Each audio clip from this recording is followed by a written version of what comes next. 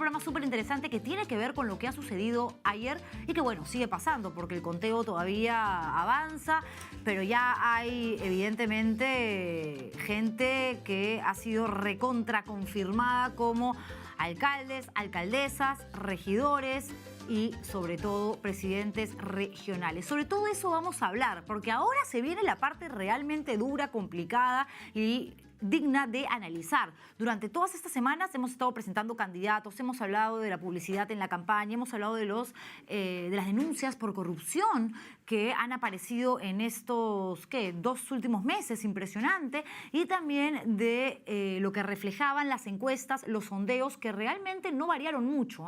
Esta campaña creo que ha sido muy corta, ha sido una campaña ligera, ha sido una campaña con ciertos pincelazos de deshonestidad, hay que decirlo, pero sobre todo violenta. Es impresionante. El hijo de un candidato de 11 años secuestrado, el alcalde de Quepayato muerto, al otro secuestrado, en la puerta de la casa de un postulante, si no me equivoco, en Ayacucho, en Cusco, le reventaron una granada. Increíble, increíble. Y la violencia ha continuado hoy. En Pucusana, por ejemplo, la gente está asadaza. ¿Por qué? Porque ellos votaron con este sistema llamado y conocido como el famoso voto electrónico y dicen que hubo fraude. También en San Martín de Porres, si no me equivoco, un grupo de gente salió a protestar, a decir que el que había ganado no merecía ocupar el sillón municipal, que habían hecho trampa, algunos miembros de mesa coludidos con gente de la OMPE, y en fin, la cosa se pone bastante brava, porque además uno ve los resultados y dice, caracho, ¿qué está pasando? ¿Cómo es posible que un tipo como Gregorio Santos haya sido el ganador absoluto en Cajamarca? Absoluto, no 30% versus 20, 17, 18, 15, no, arrasó así con todo. Y eso no es solamente, ojo, no es solamente culpa del electorado. Sí, hagamos un mea culpa y pensemos en los errores que hemos cometido y que seguimos cometiendo, porque claro está que preferimos al que hace obras que al personaje honesto. Pero en el caso de Cajamarca yo creo que esto se tiene que analizar de una manera independiente. ¿Por qué? Porque aquí hay varios factores. Uno, el hecho de lo que representa Gregorio Santos, ¿no? El antisistema, el candidato antisistema. Dos, el asunto de la minería, que así como genera cosas positivas para la población, también causa mucho daño. Y si a las personas no les hablan, si a la gente no les explican cómo es que se tiene que negociar para que todos puedan vivir en armonía y paz, ojo, la gente evidentemente se va a levantar. Claro ejemplo, el de Conga. Y tercero, la ausencia de Estado. Claro, si a mí el Estado no me representa, si cuando tengo un problema nadie viene a ayudarme, si ese colegio que me prometieron en campaña nunca lo construyeron y si sigo teniendo que llevar a mi hijo a vacunar a una posta que se cae a pedazos y con la justa tiene un técnico en enfermería, obviamente voy a votar por el que está en contra del gobierno, es decir, Gregorio Santos. De todo eso vamos a hablar con mi primer invitado, que es Percy Medina, analista político y experto en temas electorales. Percy, gracias por venir. Muy buenas noches. Increíble, ¿no? Yo estoy muy decepcionada, la verdad. No sé si está bien que lo diga públicamente, ayer lo escribí en el Twitter, pero realmente los resultados, si bien eran de esperarse, a mí me han dejado muy triste. Bueno, esta es la campaña más violenta que yo he visto en los últimos 20 años. Ha habido candidatos asesinados por sicarios, cosa que no se veía en el Perú desde la época de Sendero. Y los disturbios de ayer también son un poco, digamos, excesivos para la historia peruana electoral, ¿no? Hemos visto antes quemas de ánforas, protestas, etcétera, pero el nivel de violencia que hemos visto anoche, la verdad es que ha excedido lo que hemos visto en el pasado. Impresionante, ¿no? Castañeda, se sabía que iba a ganar, las encuestas lo venían anunciando, nosotros los periodistas y algunos analistas que pues tenemos la suerte de acceder a los sondeos, a pesar de que por ley no pueden ser publicados los últimos días, pues veíamos que la tendencia permanecía, se mantenía y que él iba a ser, ¿no?, evidentemente el ganador.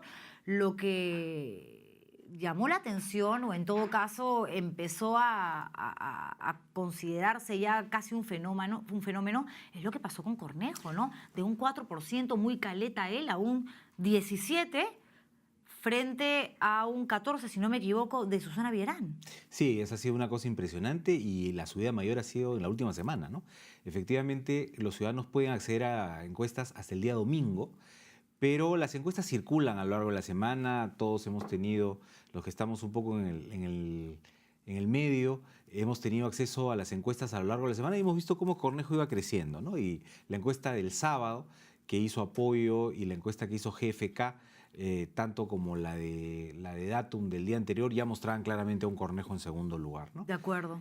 Ahora, eso nos debe llevar también a pensar si es que no hay que eliminar la prohibición para la distribución de encuestas. ¿Cuál es la razón para que las encuestas estén embargadas para a un grupo de la ciudadanía, ¿no? Y que puedan circular para el grupo privilegiado que tiene acceso a la información? Las encuestas deberían estar con difusión amplia hasta el día viernes por lo menos. De repente el sábado se puede hacer silencio electoral absoluto, así como los candidatos no pueden hacer campaña, que no hay encuestas. Pero hasta el viernes podría haber encuestas, ¿no? De acuerdo, además si se está hablando, y me pone nerviosa a mí todo ese tema de las elecciones, de un evento democrático sería que esa información llegue a todos por igual, ¿no? Claro, porque además no es verdad que las encuestas influyan al punto que van a cambiar el voto de la gente. La gente más o menos tiene alguna información y guía su voto también por lo que escucha a través de redes sociales, etcétera. El fenómeno Cornejo ha sido un fenómeno que no se ha derivado de las encuestas, se ha derivado más bien de que mucha gente indecisa que toma su decisión en la última semana, porque más o menos un 25% del electorado decide en la última semana, pues fue definiendo entre los candidatos que tenían más opciones. Algunos pocos fueron a engrosar las filas de Castañeda, otros a engrosar las filas de Susana Villarán, que estaba inicialmente segunda, y una buena cantidad fueron a Cornejo. Pero ¿qué pasó con el tema de Susana Villarán versus Luis Castañeda? Porque muchos decían, claro, Castañeda tiene un montón de votos, de intención de votos, porque es el voto también anti-Susana. Pero cuando apareció Cornejo, bien, ese grupo de gente pudo haberse movilizado hacia el candidato El Bigote, como fue bautizado, y al menos, quedar en un segundo lugar, pero un poco más parejo, no 50-17. Claro, Castañeda tenía un porcentaje propio de gente que recordaba su gestión anterior, que lo valoraba, y tenía un porcentaje también de gente que no quería la continuidad de Susana Villarán. Entonces, él era como el representante de todo lo que no era Susana Villarán. Y Susana Villarán tenía también un voto propio, probablemente de gente que valoraba lo que ha hecho, o gente de izquierda, lo que fuera, pero también un porcentaje de gente que decía no Castañeda, esta es la oportunidad de salir de Castañeda. Pero había una gran cantidad de personas que no se identificaban con ninguno de los dos, que estaban buscando una tercera opción que no aparecía hasta que apareció Cornejo. Pudo haber sido cualquiera de los otros, ¿eh? Pudo haber sido Altuve, pudo haber sido Heresi. Heresi, que estaba un poco más cerca, ¿no? Que estaba un poco más cerca, pero no despegó. El que despegó fue Cornejo. Y tuvo mucha publicidad Salvador Heresi, más que Cornejo, porque además al pobre candidato ni siquiera el líder de su partido lo apoyaba, ¿no? Al último, un tuit y punto, date por servido. Pero Salvador Heresi, digamos, tenía una campaña incluso que se notaba con mayor presupuesto, con bailecito incluido, rap, casaquita, ¿no? A lo Daddy Yankee. O sea, había todo un trabajo de marketing, de publicidad Lo de por que medio. demuestra que la publicidad no lo es todo, ¿no? Hay infinidad de ejemplos de candidatos que han tenido publicidad, apoyo de medios, artistas, gente que los sponsorea y que sin embargo no han ganado. Y de pronto hay algún candidato que encarna algo que la gente quiere y de pronto tiene a la gente siguiéndolo, ¿no? Es el caso de Cornejo y antes ha pasado con muchos otros, ¿no? Bueno, el propio Fujimori en su de acuerdo, momento, ¿no? sí. Castañeda Locio no gastó casi nada en campaña, ¿eh? Además, ni siquiera se tomó el trabajo de ir a entrevistas para presentar sus proyectos, los ideales que tenía para la ciudad, nada. O sea, era vota por mí, a pesar de que yo no hablo, si te gusta, y basándote en el pasado, porque no te voy a hablar ni siquiera de un presente y mucho menos de un futuro. Y a pesar de todo eso, arrasó. Bueno, los observadores internacionales, extranjeros que han venido a ver la elección, estaban asombrados. Decían, ¿cómo es esto de que este candidato no daba entrevistas? ¿Cómo es esto de que no tenía spots en televisión y que ha ganado con ese porcentaje? Estaban impresionados. Decían, este es un caso que no es fácil de ver en otros lados. No, y lo que es llamativo también es que en una de las últimas encuestas, no recuerdo cuál, le preguntaron a la gente, ¿no? En caso se comprobase que efectivamente Luis Castañeda Locio robó o tuvo algún tipo de participación delictiva en el caso Comunicore, ¿votarías por él? La gente decía así. O sea, bueno, si van a robar, todos roban, pero elijo al que igual roba, pero al menos hace obras. Qué terrible que pensemos así. Pues se hablaba del efecto teflón, ¿no? Que llega un momento en que le digas lo que le digas al candidato, ya, todo le resbala y a la gente lo que le importa es simplemente que va a cumplir como alcalde y va a hacer tal cosa o tal otra. No es el primer caso, ¿eh? De gente que tiene acusaciones serias que de pronto la gente deja pasar. Sí, no, y lo de Gregorio Santos en Cajamarca es impresionante. Es además un hecho, un episodio en la historia de los comicios electorales peruanos que, caramba, se va a convertir en histórico. Sí, porque no hemos tenido antes candidatos que estando presos ganan una elección y además con ese porcentaje ha tenido el 50% de los votos, ¿no? Sí, Eso es algo muy fuerte. arrasó con todo. Y muestra la desconexión que hay entre Lima y las regiones, porque aquí nadie era consciente de la fuerza que estaba teniendo Santos y esa desconexión reforzó también su votación, porque un poco los cajamarquinos han dicho, bueno, tú dices que somos ignorantes por esto y lo otro, con más fuerza vamos a votar. Claro. Y es una reacción frente a Lima, es una reacción frente a una opinión pública, digamos, que desde lejos quiere un poco definir cómo deberían ser las cosas en cada una de las regiones y que de repente no está conectado pues, con las necesidades de la gente. ¿Dónde están los partidos nacionales representando a esa gente? Eso ¿Qué capacidad sí. tienen, ¿no? de entender, de dialogar? De los 15 partidos que han presentado candidaturas regionales en el país, solo 3 presentaron candidatos en Cajamarca. Y eso pues muestra un poco el desinterés, ¿no? Sí, no, y aquí hay dos cosas que creo que vale la pena destacar y analizar en el tema regional, ¿no? De provincias. Uno, que el asunto de la descentralización no funcionó, no está funcionando, se tiene que cambiar, Sin ¿no? duda. Porque finalmente si lo que buscó en un momento esto era articular a las regiones para que el gobierno central trabajara de una manera mucho más ordenada, disciplinada y uniforme, a la hora de la hora cada uno hizo lo que le dio la gana y al final no son regiones, son provincias, ¿no? Todo mal. Y dos, Sí. el hecho también de que el nivel de corrupción alcanzado ha hecho que de pronto aquí en Lima, donde se concentra el poder, por decirlo de alguna manera, pues se den todos por enterados recién hace muy poco de la cantidad de plata que se estaban levantando estos presidentes regionales y compañía, y que prácticamente eran delincuentes, caramba, al nivel Lurigancho, Sarita Colonia. Increíble. Hay una gran desconexión entre la agenda nacional y la agenda de las regiones y muchas veces aquí no se ha visto todo lo que está pasando ahí, ¿no? En efecto, casos de corrupción, una gran fragmentación política y la gran tarea es que los partidos puedan articularse mejor, ¿no? Entre las demandas regionales y las nacionales, que puedan articular la agenda, que en el Congreso, ¿no? Ya que tenemos parlamentarios que representan a las regiones, no solamente hablen de los temas nacionales, sino que puedan traer los temas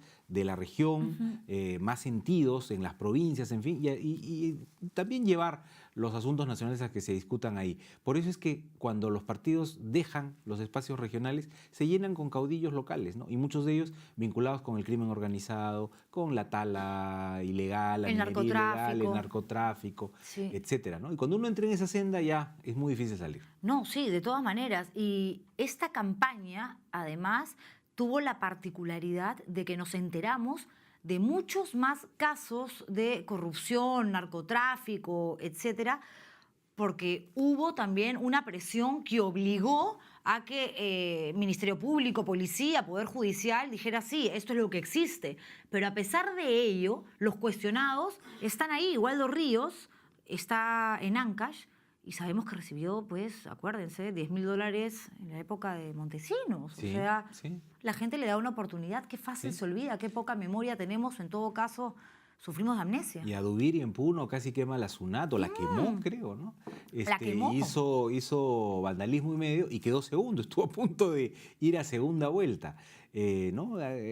Creo que vale la pena recordar un poco los antecedentes de cada uno de estos personajes y hacer un poquito de campaña y discusión pública sobre sus prontuarios, ¿no? Y ahí los partidos nuevamente deberían tener nuestro apoyo para poder investigar mejor, tener información sobre los candidatos y no presentar a cualquiera, ¿no? En Sí. Colombia, por ejemplo, establecieron la figura de la ventanilla única, que es un servicio del Estado a los partidos políticos que da información centralizada sobre todos los candidatos, antecedentes judiciales, policiales, financieros, de todo tipo, como para que el candidato sepa, el partido sepa, tu candidato es una persona proba, bienvenido. Tu candidato es una joyita, tú decides. Pero si tú pones a este que es una joyita, que tiene tales y cuales antecedentes, tú eres responsable. Claro, porque en realidad al electorado está claro, o a la gran mayoría, que no le interesa. O sea, salía el candidato A que no había sido claro en su hoja de vida con sus estudios, salía el candidato B,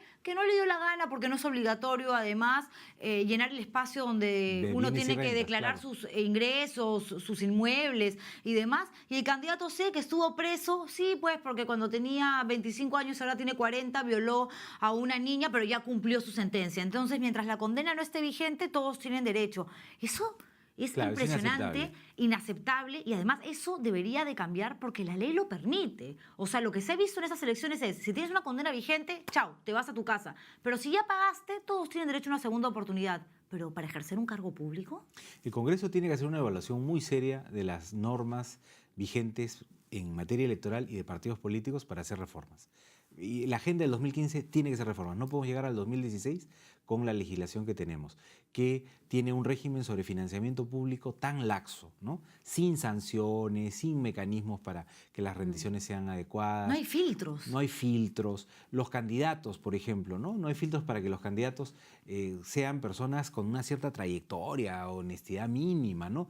Nadie pide estudios, posgrados, doctorados, no, pero trayectoria limpia, comprobada honestidad, que no vengan pues de haber estado acusados de estafa, de contrabando, Sí. ¿no? Hay personas elegidas que han tenido acusaciones por contrabando y condenas por contrabando, ¿no? ¿Cómo uno puede tener a esas personas en el Congreso? No corresponde. Lo ¿no? que pasa es que el Congreso evidentemente presenta una oferta, un proyecto de ley, porque hay de por medio una demanda, tal cual el libre mercado. Pero si a la gente no le importa, el Congreso, claro, bien puede decir, ¿para qué nos vamos a poner a discutir sobre temas que a la larga sí, nosotros podemos determinar mañana que esta ley tiene que cambiar, que a partir de ahora cualquiera que tenga antecedentes, por más condenas cumplidas que figuren, en su currículum, no puede acceder a un cargo público, pero si a la gente le parece simpático, va a votar por él, porque además no hay cultura política en el Perú.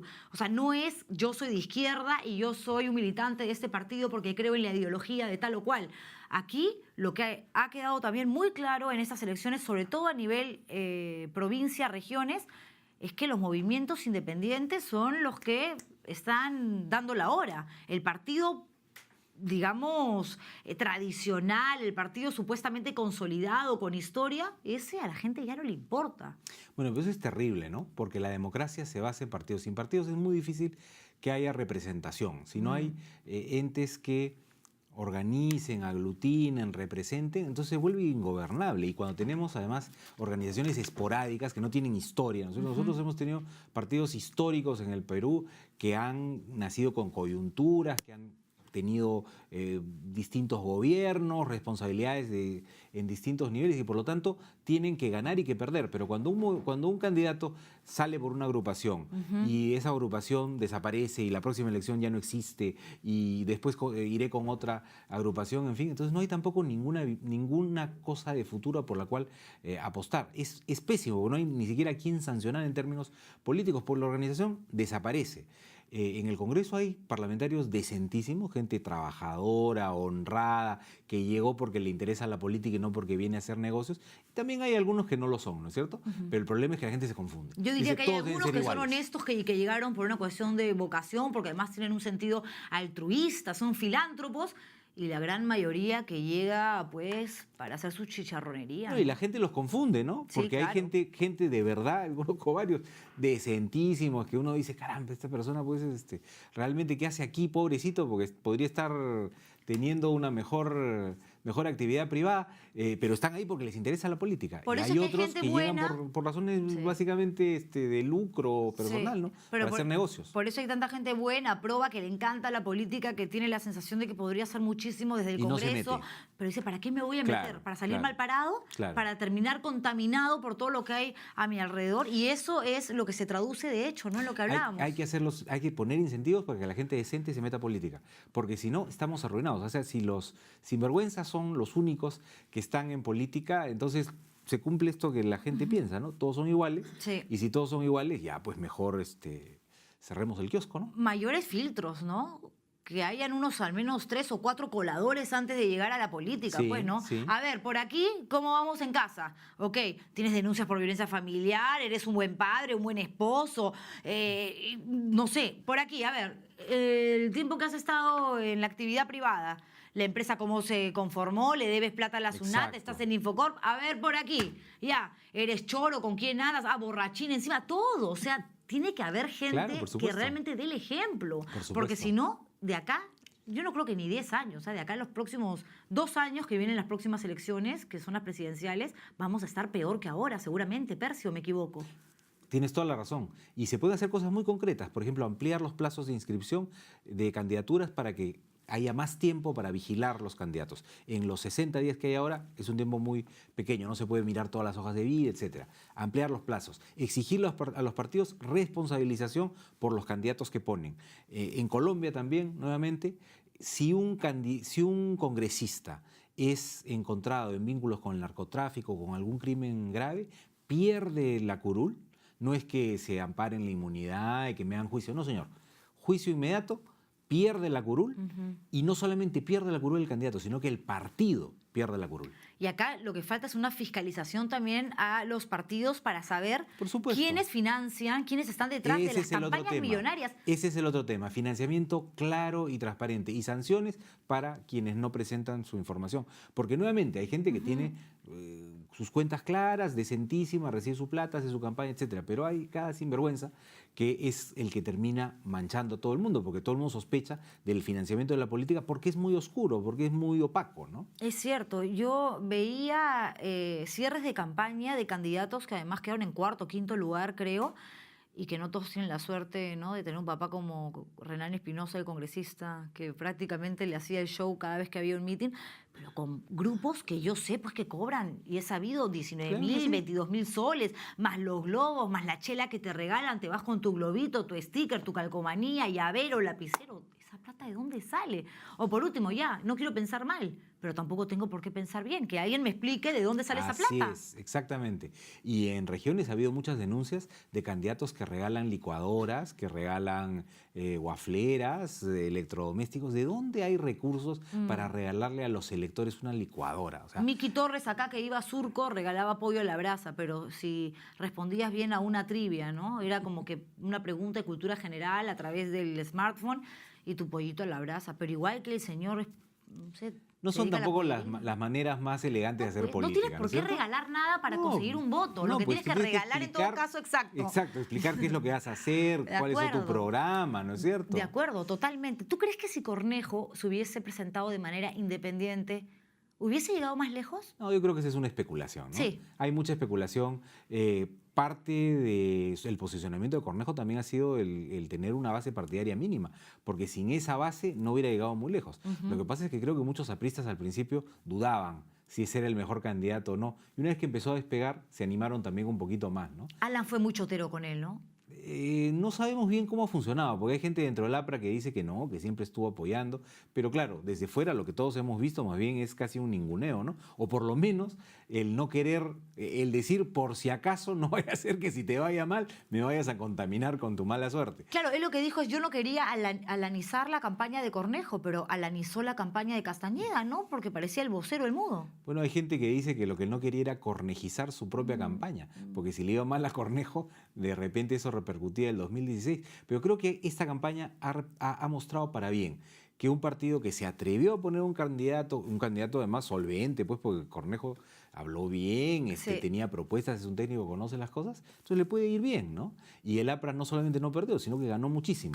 Esto ha compensado también lo mal que le ha ido al APRA en otros lados, ¿ah? Ha Sí. perdido La Libertad y ha perdido Trujillo. No Sí. es poca cosa. Cuna, pues, Trujillo sobre todo. No, eso es durísimo. El sólido norte ya no es tan sólido. Sí, sí, sí. En el caso de Susana Villarán, sí, pues hay cosas que ha hecho mal, la gente siente que hubo una incapacidad para llevar a cabo esta gestión de tanto tiempo, que se demoró mucho en ejecutar y por eso quería pedirle a la gente el voto para terminar las obras en 4 años, cosa que al final no logró. Pero sobre el tema de la honestidad y demás, no se le comprobó nada. Sí, salió la denuncia de la Caja Metropolitana y otros asuntos más, pero la gente sí tiene la percepción de que Susana Villarán es una mujer honesta, pero incapaz. Eso es lo que la mayoría, digamos, percibe. Bueno, en política, los rasgos de los políticos definen perfiles inamovibles. Entonces, cuando a un político le cuelgan, para bien o para mal, el hecho que es buen gestor, muy bien, Sí. se queda como buen gestor, así sea más o menos. Le cuelgan el hecho de que es un ineficaz y queda como ineficaz. Probablemente Susana Villarán sea más eficaz de lo que la gente piensa, pero ya quedó, ¿no? Ahora, lo que sí es indiscutible es que es una persona decente y honesta, ¿no? Se puede decir mucho de su capacidad gerencial o de su capacidad política también. Eso se podrá discutir, pero a mí me parece que nadie puede discutir que sea una persona honesta. Yo creo que se va a ir a la misma casa que tuvo cuando entró a la alcaldía. Sí, sí, sí, y seguro que sí. Que no se comprará autos lujosos ni nada por el estilo, cosa que muchas veces se ve en los políticos, ¿no? Políticos decentes que se van pobres después de la función pública son escasísimos. Y si hay tanta gente que se queja de aquellos políticos que permanecen tanto tiempo en el poder y que se aferran y están ahí arraigados, anclados, ¿por qué se les sigue dando la oportunidad? Estoy hablando, por ejemplo, de Miyashiro en Chorrillos. ¿Cuántas gestiones tiene? ¿Qué? 25, no sé, desde que nació. Luis Bueno en Lurigancho también ha sido pues reelegido. Gómez Vaca, a pesar de las denuncias. Surco, que es un distrito bastante grande también, no tanto como Lurigancho, que es el más grande de Lima, pero sí amplio, ¿no? Y con y con muchas urbanizaciones y demás. Sigue ahí. Jorge Muñoz en Miraflores. Han habido muchos que han Bueno, repetido el hay plato. varios que están en su segundo periodo, ¿no? Muñoz sería su segundo, Sí. Gómez Vaca en Surco también. Eso puede ser una evaluación de una buena gestión, ¿no? Y no está mal. Pero 3, 4, 5, Hay 6. casos, sí, donde ya, ¿no es cierto? Bueno es culantro, pero no Sí, tanto. pues ya no te pases. Que es el caso, por ejemplo, de Bueno en Lurigancho, Chosica, ¿no?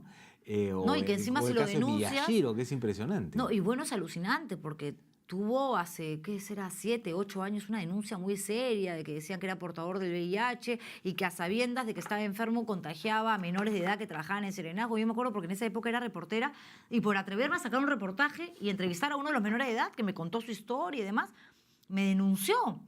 El chico, ¿no? Evidentemente manipulado por la madre. Después me enteré de una historia de terror, ¿eh? Pero por secuestro también. Una vez estoy en el aeropuerto, me tenía que ir a hacer otro reportaje. Me dicen, no puede salir usted, impedimento. ¿Qué serio? pasa? Denuncia por secuestro. Yo soy secuestradora ahora, increíble. Hay serias denuncias Prontuariada. contra... Bueno, prontuariada. Imagínate, parece en lo que me he terminado convirtiendo. ¿Ah? Lo que hace el No, hay unos periodismo. políticos que pierden la perspectiva y se adueñan como feudos de los... Pues se aprovechan de que seguramente han hecho alguna buena gestión en algún momento, qué sé yo, ¿no? Pero sí, en efecto, se enquistan. Por eso hay el proyecto también de limitar un poco eso, ¿no? Yo Claro. creo que 2 periodos Máximo. es razonable, pero ya más también Sí. Además, es como demasiado.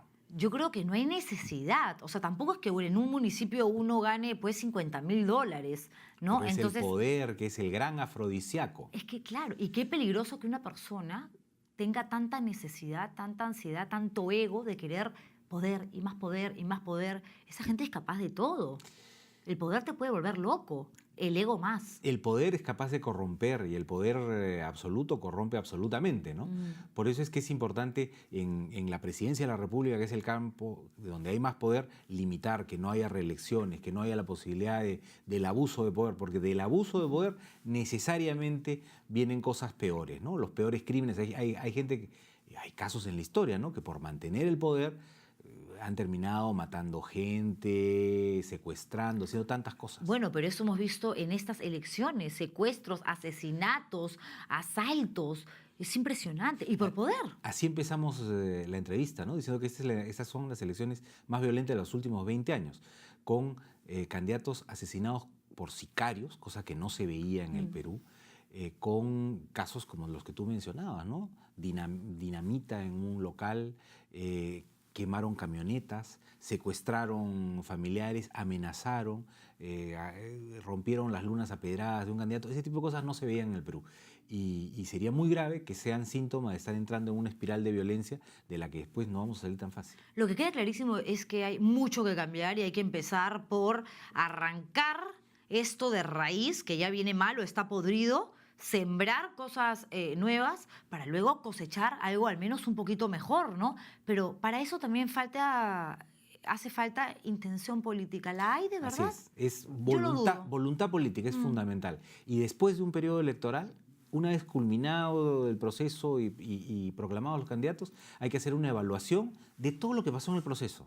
Desde la convocatoria, los plazos, las candidaturas, la democracia interna en los partidos, los mecanismos para rendición de cuentas de financiamiento, etcétera, etcétera. Hacer una lista larga, evaluar cómo han funcionado y promover una agenda de reformas. Y si el Congreso no se compromete con eso por propia voluntad, los ciudadanos y los medios tienen que exigirle a los congresistas que lo hagan, ¿no? Si cada vez que viene un congresista a una entrevista se le dice, señor congresista, ¿qué pasa con la reforma política? ¿Qué se está haciendo con la reforma política? Claro. La presión va a terminar haciendo que el Congreso vea estos temas que por alguna razón no ha querido ver. Pero a mí lo que me ha quedado claro ahora, y lo he conversado con algunos colegas, es que como periodistas no somos nada, ¿no? Hemos denunciado los programas que existen en televisión y que permiten, digamos, convertirse en esa ventana donde candidatos puedan exponer sus ideas, que son pocos en realidad los programas de entrevistas. Caramba, arrancamos con la idea, ¿no? Con la, no sé, quizás el sueño, la ilusión, por decirlo de alguna forma, y te lo digo a nombre personal, de que la gente escuchara propuestas, ¿no? Ideas, y cuando ves los resultados dices, pucha, yo no lo pensé ayer, me metí en la cama, mamá, hubiese estudiado arquitectura, le digo. O sea, finalmente las denuncias, las acusaciones, el hecho de decir, tengo este entrevistado y me falló, no quiere venir tal persona a mi programa, ¿por qué? ¿Qué está ocultando? ¿Por qué no quiere hablar? A la gente a la hora de la hora no le interesa eso, no le interesa la campaña publicitaria como tú bien lo has mencionado, no le interesa lo que dice el de al costado, no le interesa si es un personaje que tiene o no experiencia, si pertenece a un partido político tradicional que lo avale, porque ya no hay confianza, pues. Cuando se pierde la confianza, la cosa no marcha. Y el Perú es uno de los países con menor confianza interpersonal. Hay una encuesta que se llama Latinobarómetro, que se hace en todos los países de América Latina, claro, que permite comparar, ¿no es cierto? Y el Perú es, si no es el último, el penúltimo en confianza interpersonal. Es decir, no confiamos en nadie, ni en nuestros vecinos. Es increíble. ¿No? Y eso es muy malo para la cohesión social. Pues, y para las nuevas generaciones, ¿no? ¿Qué ejemplo les vamos a dar a nuestros hijos? En eso mira Percy, que estaba pensando ayer, ¿no? Mientras mi hija dormía, la veía y decía, mañana cuando le toque votar, ¿qué le voy a decir? O cuando me diga, mamá, me gusta este chico, que le deciría, hija, no importa, mira, que te regale el reloj, que te construya tu casita, y si te saca la mugre, si te escupe en la cara, no importa, pero hace obra. No, claro. No se puede caer en eso. Ojalá se puedan cambiar las cosas. La esperanza es lo último que se pierde, pero tiene que empezar definitivamente por una voluntad política. Y de repente eso puede generar el efecto dominó, ¿no? Que Presión todo pública. cae por su propio peso, ¿de acuerdo? Presión pública. Las cosas parecen no moverse hasta que de pronto empiezan a moverse en una dirección correcta y ahí estamos. Ojalá, Percy. De verdad que sí. Dios nos coja confesados. Confesados. Gracias por estar aquí. Siempre un gusto.